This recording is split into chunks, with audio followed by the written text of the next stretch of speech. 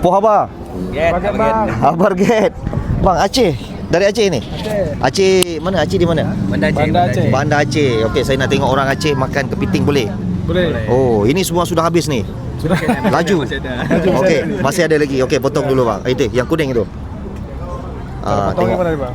Boleh. Tak apa ya. Ini pun boleh lah. Oh ni je. Ya. Tapi orang Aceh ramai bang di sini. Ya. Ya. Saudara kami Mualim. Oh, Mualim, saudaranya. Saudara Mualim. Saudara Mualim ni. Okey, baik. Macam mana bang rasanya? Tap. Mangat dat? Mangasan. Ya, mangasan. Okey bang. Kumah. Tolong panggil orang Aceh bang dalam bahasa Aceh datang ke sini makan king crab saya bang. Dia rakan-rakan awak Aceh. Jet piuh hujung kena di Nasi lemak. nasi lemak Lobster JB. Baik, terima kasih bang ya.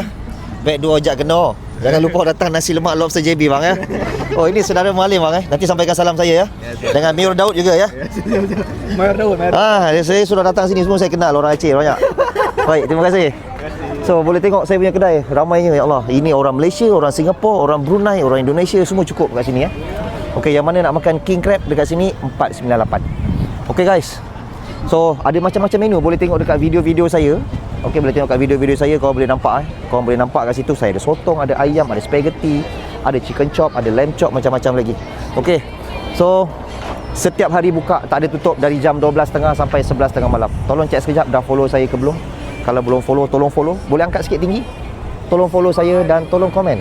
Salah ke tidak seumur hidup sekali makan Alaska king crab? Ayo orang Aceh.